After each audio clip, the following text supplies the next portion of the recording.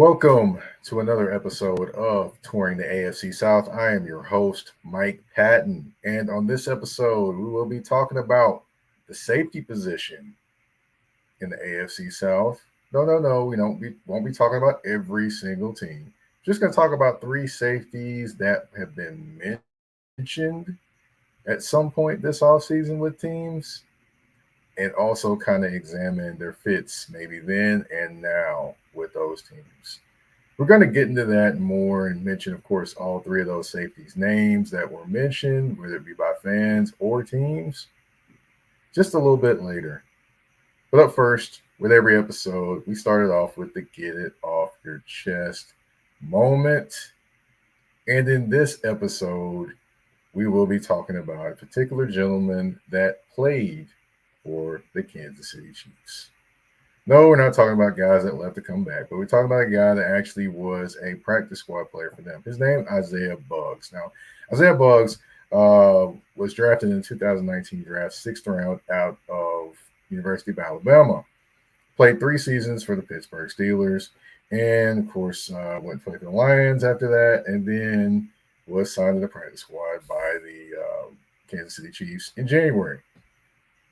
Now, of course, he got re-signed this offseason. And if you're a practice squad player, and of course, I know the offseason has a lot of distractions, and you're kind of out of the rhythm of the normal things that you usually would do when, off-season, during the season, things like that, when you're on a schedule with a team. But when you're on the fringe of making a team or trying to make an impression on the team, you want to make the least headlines possible. You want to walk the straight and narrow as best as you can to stay out of trouble and, kind of, I guess, ingratiate yourself to the team so you can continue to get paid. That's unfortunately not what Isaiah Buggs did. Now, on May 30th, he was charged with two misdemeanor counts of criminal animal cruelty. Of course, he owned property. On his property, they found two dogs, basically malnourished and neglected.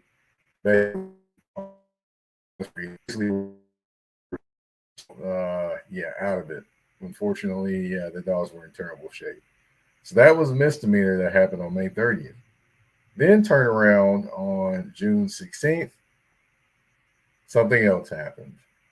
He was booked on domestic violence and burglary charges. Now, of course, his lawyer or his representation is saying that basically he's a victim of subversive campaign to force the closure of his hookah lounge he owns in Tuscaloosa. Now, that could potentially be true. That could be. Just saying that, and these charges could be wrong as well. However, the woman who he assaulted, which is the mother of his child, was apparently dragged down the stairs, causing her to break several clip-on toenails and leaving scratch marks on her wrists. Also, there's video footage of everything as well. He basically broke into her home with a tire iron and then confronted her upstairs in the home. So, and then when she told him she was calling the police, of course, he fled in his Cadillac. So there's video footage. There's all these different things. Unfortunately, I don't think. I would say, I don't think that he's being a victim of a subversive campaign. I mean, I think these are things that he actually did. If there's video footage of it, you can only. I don't think you can change video footage. So, with this, I say, first thing, keep your hands to yourself. Keep your hands to yourself. That was for anybody, especially, this instance. Yes, keep your hands to yourself. No. I don't know what you were thinking, but obviously you weren't quite thinking it all the way through. And I know anger, it sounds like anger was involved, but yeah, you weren't thinking things all the way through. And secondly, like I mentioned before, you were already a person that was on thin ice with the team in terms of being a practice squad player that was re-signed and having to make an impression to make the team. Now you have no team because the team released you. So hey, maybe you learn a lesson in this. I don't know, but it's a lot going on, and yeah, you gotta be better. Gotta be better. That's my get off your chest moment for this episode. Of course, we're gonna talk about the safety position, which definitely is something that few teams have looked at in this division, mainly the Tennessee Titans and the Indianapolis Colts. Now, I know the Jaguars brought in Mr. Darnell Savage, aka Savage Season. I know they brought him in, but of course, he's been kind of mentioned to be a nickelback for them more than an actual safety, which, to this day, I still find that very, very interesting. But hey, that's what they want to do. That's how they want to do it. Do your thing. What else can I tell you? you know. But the Tennessee Titans going into this season, of course, they made a lot of different changes. You look at the additions at the wide receiver position, bringing in offensive linemen, bringing in Kenneth Murray linebacker, bringing in a lot of different pieces. I would say quarterback position, of course, trading for Jerry Sneed, bringing in Cheeto Bay Uzie as well. So they've done some things to kind of shore up things. And the Colts, they brought back Julian Blackman, and they signed back everybody. And of course, they signed back all the fans. And I'm just joking with signing back the fans, but they re-signed pretty much everyone back. But there were three safeties that were mentioned along the way. I'm going to throw these names out here, and then we're going to hit a commercial break. Those names: Jamal Adams, Quandre Diggs, and Justin Simmons. Those were the three safeties that were mentioned a lot this offseason. Well, mentioned by fans and also mentioned by teams and, rumors and things like that as well this offseason, which, of course, it is still the offseason, folks, so things can still happen. But I just want, they were mentioned also with Marcus May, but I think Marcus May is already signed. So, that's one safety that was out of the room there. But, I am going to talk a little bit about all three of these guys and what they bring, and then also the teams that they were connected with. But first, we're going to take a quick commercial break on touring the AFC South. EBO Beard Butter and EBO Beard Wash are two of the best beard grooming products for men worldwide. They help promote growth, keep your beard moisturized and soft, and enhance your overall upkeep of your facial hair. And with the new promo code MPAFC10, you can get 10% off of these products. Just go to www.etsy.com/shop/EBO Beard Butter. Again, that's www.etsy.com/shop/EBO Beard Butter. And again, the promo code MPAFC10. Again, MPAFC10, where you can get 10% off any products except for beard boxes. So treat your beard better today by going to get these the EBO Beard Butter and EBO Beard Wash.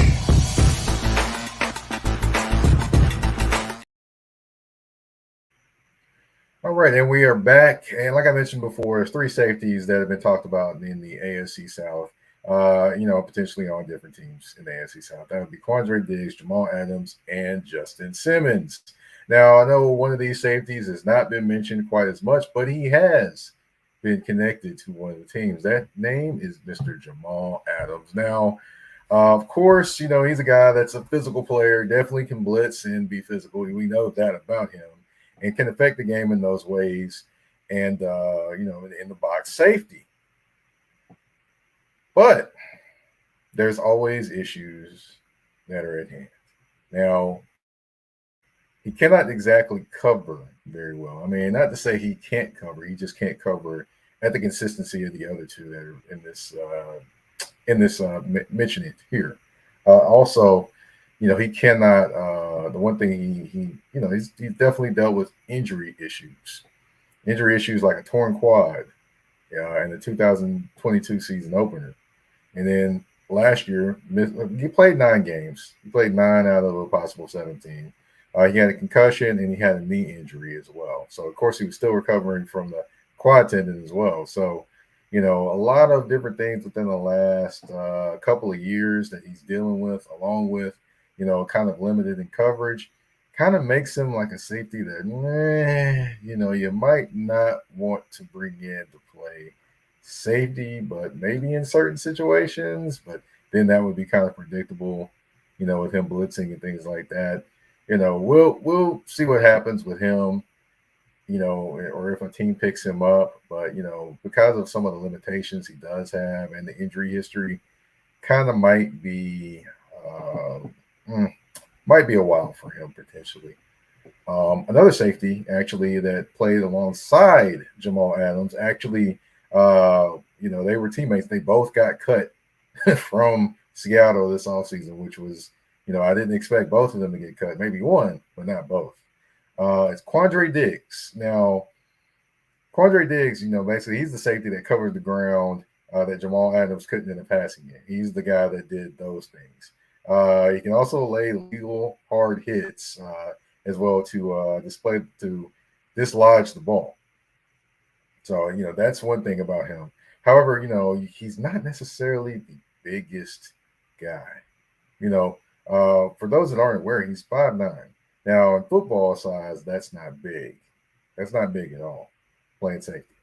And, of course, he didn't come in as a safety in the NFL. He actually originally was a cornerback when he got to the NFL. So, that explains kind of, his coverage skills.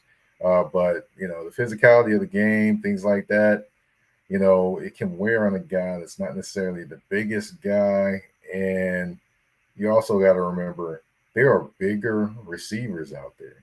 So with the bigger receivers out there, of course, he may be in great position.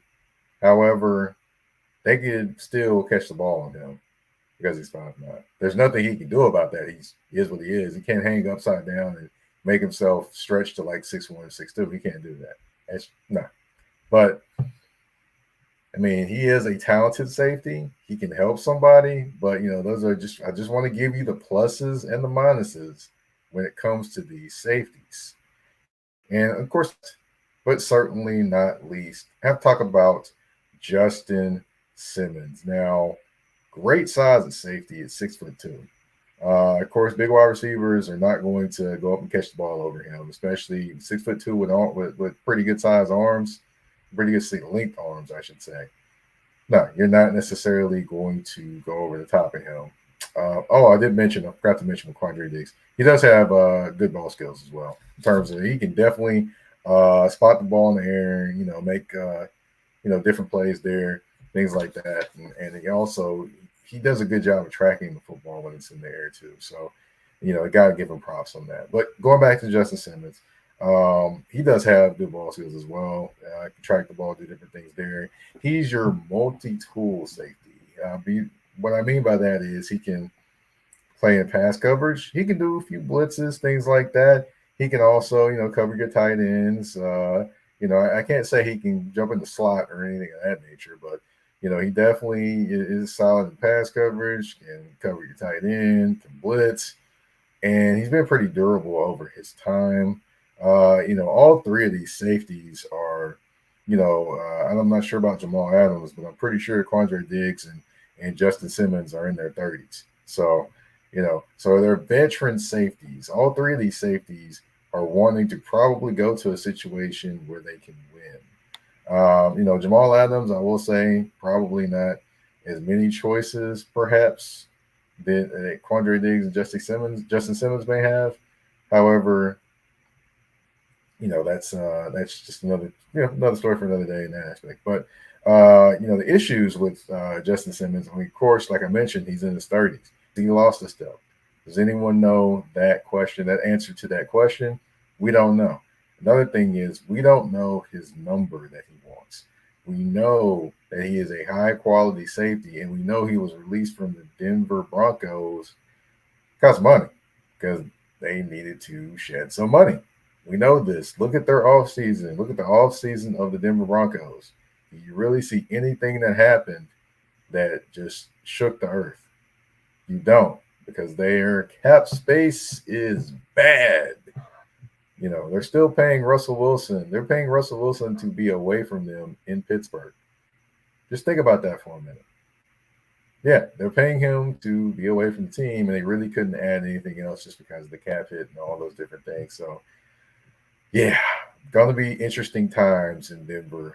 Yeah, sorry, Denver fans, but I will say he just wonder, has he lost a step? But you're also wondering what kind of money he is commanding.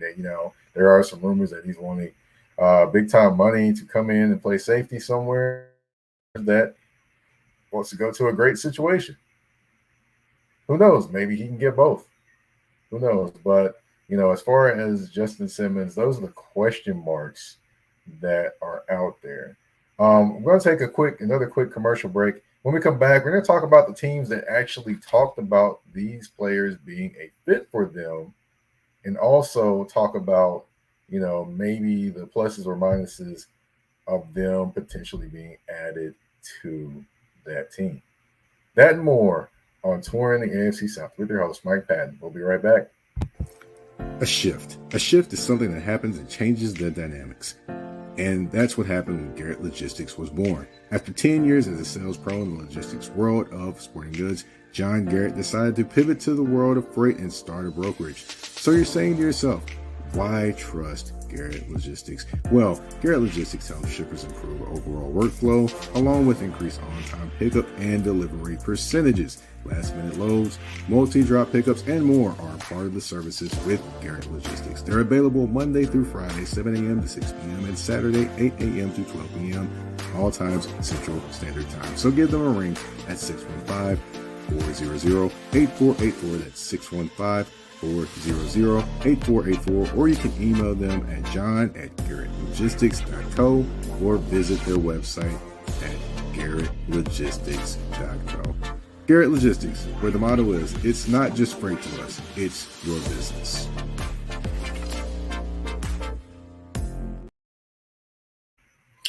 All right, and we are back on Touring the AFC South with your host, Mike Patton. Now, I mentioned the three safeties. Again, those are Jamal Adams, Quandre Diggs, and Justin Simmons. I did not quite mention the teams. Now, plenty are wondering, Jamal Adams, okay, injuries, not necessarily great in coverage. What team in the AFC South contacted him? Well, that team, that would be the Tennessee Titans. Now, they were rumored to have talked to him. No deal happened from that. But, I can kind of picture where he'd be a fit in terms of new defensive coordinator Denard Wilson's defense. Now, as far as his defense, I don't know, for those that don't know, he has talked about being an aggressive attack style defense. Last year, if you watched the Tennessee Titans, you notice their corners were always maybe about 7 to 8 yards off of the wide receivers, which, even on third downs, they were off that much. If say it was 3rd and 5, 3rd and 6, they were 7 yards off, which completely, it kind of boggles your mind sometimes that they were off that far. But, hey, it is what it is, and they were who they were. And they have a new defensive staff now. And so, Denard Wilson is more of an aggressive attack style defensive coordinator per what he has mentioned to us and talked about, of course, in any of the press conferences and, times he has talked to media. So with that being said, Jamal Adams would be a perfect fit because he is a guy that likes to press the line of scrimmage, attack, blitz, all those different things. Of course, it didn't work out. Ultimately, they did not see him fitting in Tennessee. I think the injury history and the limited style of play maybe kind of tarnished a little bit of that. And I think maybe the Titans may be looking for a little bit more versatility out of that position. And that's probably why he did not get signed, the injury history and things like that. And maybe there was just a talk and that's it. We don't know the exact things. I'm just kind of purely speculating here. But either way it goes, they did not sign him. And ultimately, I did not see him fitting with the Tennessee Titans. I tried to paint a picture as to why maybe they kicked the tires on him. However, I did not see him being a fit with the Tennessee Titans just because I don't see him being a versatile piece that they would be able to use in different places and different ways. Just didn't. And I definitely don't see him playing linebacker. I know plenty have mentioned that, or some have mentioned that. Yeah, I just don't see Jamal Adams at this point in his career trying to switch to play linebacker. It is what it is. Okay, now the next person on the list, Quandre Diggs. Now, before Julian Blackman signed, now let's just go into this one. Julian Blackman was a free agent for the Colts. And of course, he took some looks, went around, visited some teams, didn't work out, and he ended up signing a 1-year deal back with the Colts to kind of, hit free agency again next year. Um, but before he was signed, Quandre Diggs was a name that was mentioned. I know it's mentioned among some Colts fans as a safety, a veteran safety that could come in and, kind of fortify the back end of that defense. Of course, I can see him being a fit. He's a Seattle guy and a Seattle lineage. Gus Bradley. I don't believe he was there with Gus Bradley, but definitely, the Seattle lineage and the connection in that point. But ultimately, I think they need a little bit more than just a safety. I still think that, I think Juju Brents is going to probably have a breakout season. However, I still just think they need that one other outside corner or somebody to step in that position. I don't think Quandre Diggs isn't exactly that guy.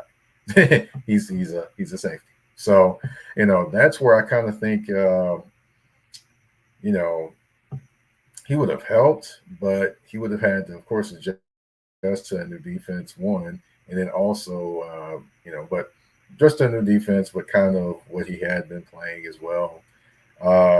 But new teammates get adjusted to that, and the Colts ultimately went with the safer fit, which is Julian Blackman, which is the guy that was on their defense last year. Now, for better or for worse, on their defense last year because of course they did have some serious miscues, but you also have to mention that some of those happened when Julian Blackman wasn't on the field, as we can see in the last game of the season when, Nico Collins over the top on the first offensive play for the Texans.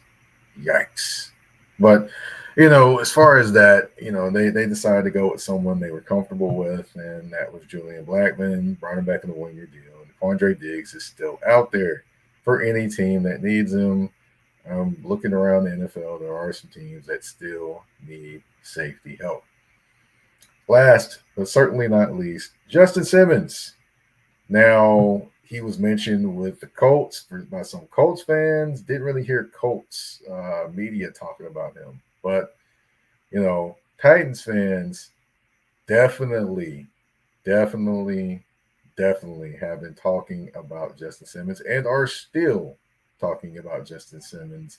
He definitely would fit when it comes to the Tennessee Titans. He fits what they do. He's, better in coverage than Jamal Adams. His big body can blitz, do different things there, and is good in coverage. And, right now, just kind of pointing out just who are the starters right now for the Tennessee Titans. That would be Elijah Molden and Amani Hooker. Now, Hooker can cover, and, he makes a mistake or two from time to time. Of course, anybody's going to make a mistake from time to time when you're playing any position. But, of course, you got to limit the big mistakes. But, that, and, he does have a little bit of a small history of concussion issues, not necessarily back-to-back or, 2 or 3 within a season. But, those are things, something to just keep kind of think about, I should say. And with Elijah Molden, he was a guy that came in as kind of like a nickelback, cornerback, and now he's a safety. He can make some great plays. You saw the play he made against, I believe it's the Colts. He made a great play. I believe it was the Colts game. But, yeah, we picked off a pass, ran it back. But you also can see where he misses a tackle or he's out of position or he's late on a play, things like that as well.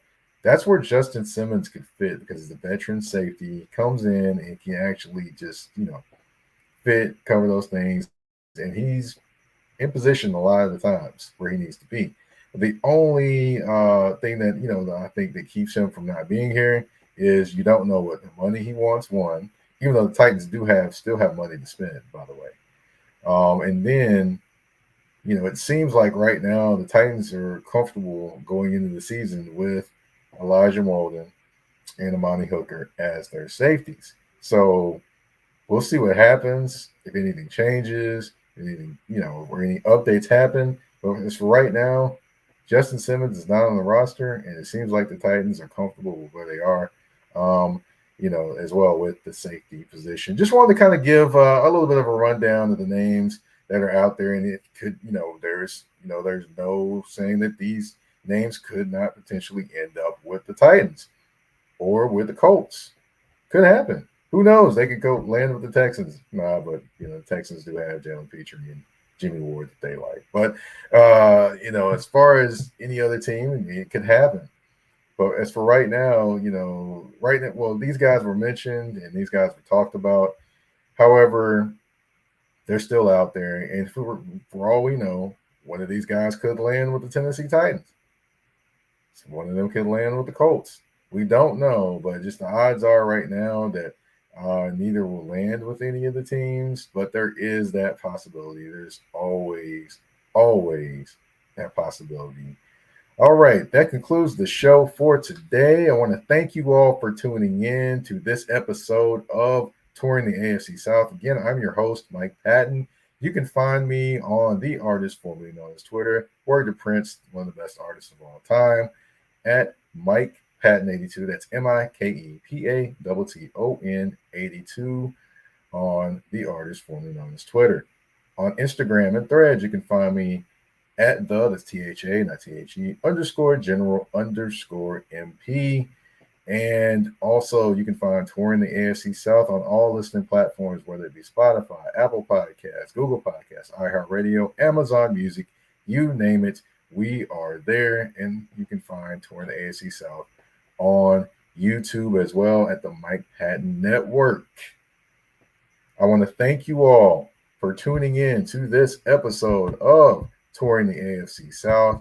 I am your host, Mike Patton. We're out. Peace.